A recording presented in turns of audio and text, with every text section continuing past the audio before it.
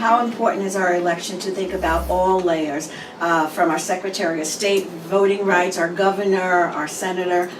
Give us that great political perspective. There's Sherrod Brown, who I've campaigned for before, and I'm sure we'll be back here in the fall to make sure he returns to the Senate, because he is such an important voice for the people of Ohio.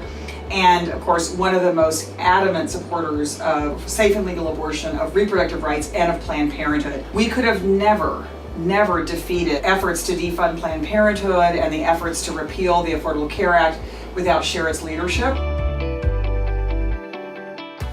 How likely do you think it is that Roe versus Wade will be overturned? It's at risk, and we know that in Ohio, as much as any other state, the kinds of things that this legislature has tried to do and the real risks to safe and legal abortion. The very real risk in Ohio, of course, is that something like the 6-week ban, if we have a governor who doesn't support reproductive rights, is a very real possibility, which would essentially make safe and legal abortion impossible to access in Ohio.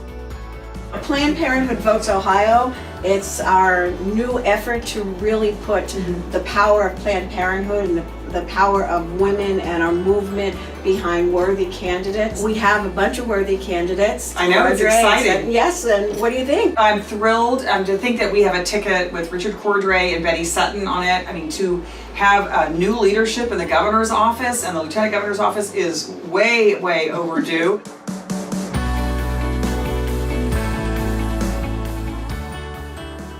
Women are on fire, and they're on fire here in Ohio.